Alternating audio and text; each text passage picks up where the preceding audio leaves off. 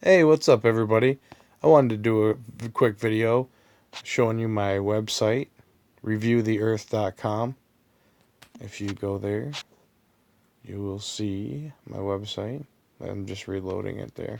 And if you notice, the name does change when you load it up. Don't worry about that at all.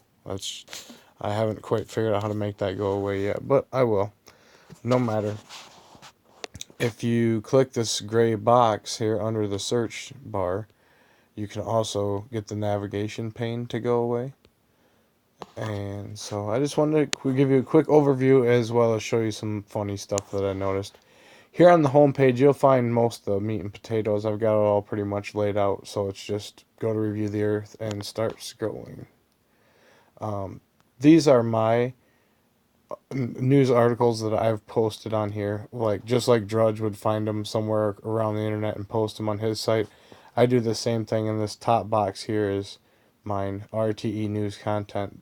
Now, it's not actually what I'm producing. I'm not writing any stories. I'm just finding them and putting links up there. And this is my little box. Then I have a political activism box. Um, but then it starts after that to get into, I'm going to call it, main news or world news. I have a bunch of sites laid out. And I'm going to change the site layout. But it starts with Drudge. And this is a live feed pretty much for Drudge. I mean, when I say pretty much, I think every hour or something like that, it goes and fetches new stories and puts them at the top. Or whenever Drudge refreshes its RSS feed, it goes and finds that. So at any time, this is actually live, and you'll see if you go to the website and check it out, you'll see, all these sources laid out for you. And it'll take you there. They're all live. I don't have to touch any of them except for the ones that I post in that very top box. So this is actually what I wanted to show you guys today. This is interesting because looking at the news like this, like I've built on the website here, it's funny because you'll notice patterns in it if you look through all of these news stories. So ABC News today, or right now, there's only 4 stories. There's just some feeds work different than others, and so it is what it is. You have to forgive me. They don't all look like this, and they don't all have pictures, but so, Trump, I would be honored to meet with North Korea's Kim Jong un. Trump made the comment as tensions with North Korea rise over missile tests. Next article they have posted for ABC News. Trump adds Duterte to list of authoritarian leaders he's praised. He's complimented Putin, Saddam Hussein, and Muammar Gaddafi in the past. Listen to how biasedly and how horribly that's written. What a joke. Come on. And there's like probably a little nugget to that, but that's obviously blatantly written. Like Muammar Gaddafi was overall probably a bad person, right? He did some terrible things. But he did do some decent things for his country. So it's like, oh, if I say that he actually his country under his leadership came up with one of the finest aqueducts I think the world has ever known, and that's like a historical fact that it's one of the biggest aqueducts as far as what I've heard. Okay, if that's true, and fact check it, then that'd be like one good thing Muammar Gaddafi did. So like if I say that, then ABC News can write a piece on me that says, you know Clint adds Duterte to list of authoritarian leaders he's praised. So how ridiculous. It just goes to show how they're fake news. Because if you're writing that you're fake news, I'm sorry. And yes, that is a term. You don't have to kiss his butt all the time, but just stop writing hit pieces. It's made for just the non-thinker. It's made for the sheeple. And stop it. Because it's so simple. Just stop, okay?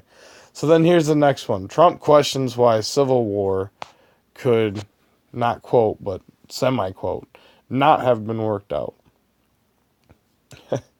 So they've got 3 kind of, you know, they're showing talk of Kim Jong Un, and then how he's, mentioned authoritarian leaders in praise before. And then they show, I didn't even look at that. On their stupid picture, they actually show Kim Jong-un.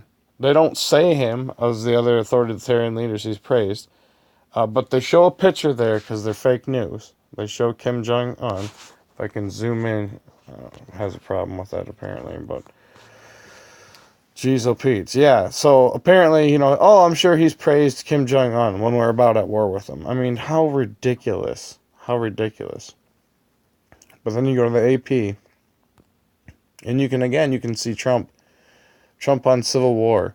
Why couldn't they have worked that out? So you can see, and as you flip through, here's BBC talking about some stuff. Trump, CBS News. Trump suggests civil war could not have been avoided, or could have been avoided. It says Andrew Jackson, an offside touchstone, thought there was no reason for the conflict between the states. So you can use my website, reviewtheearth.com, to go and find patterns and stuff I've noticed. And I haven't used it in a long time myself. I actually rigged this up right before the election when I got kicked off of Facebook. I spent more time building this. And I haven't used it as much. And I've got back into it, and I'm trying to rearrange some things and make it better, friendlier. Yeah, the New York Times, the failing New York slime. They're always bashing Trump. Let's see what they're saying today.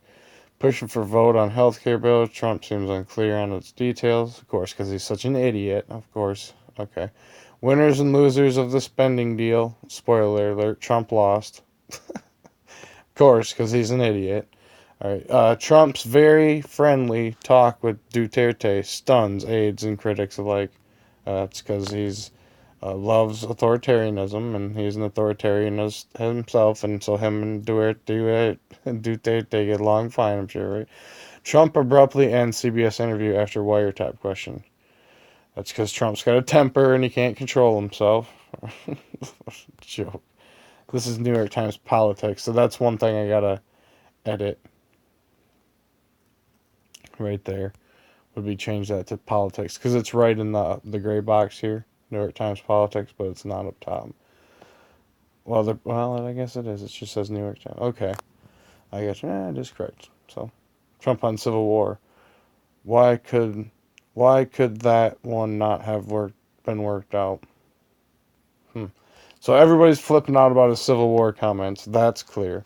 So that's good. This is really cool because you can get a lot of chatter from a lot of different places at once, and see some trends. Here you go, real clear politics. They were horrible during the election, or near the election, about just constantly ranting on Trump. So I was surprised with the first title, "How Trump Got America Playing Offense Again." Doesn't sound like it's too bad. But it's from the Daily Beast, so that's probably discredited. Trump's tax cuts may be more damaging than Reagan's. Of course, because Trump's horrible.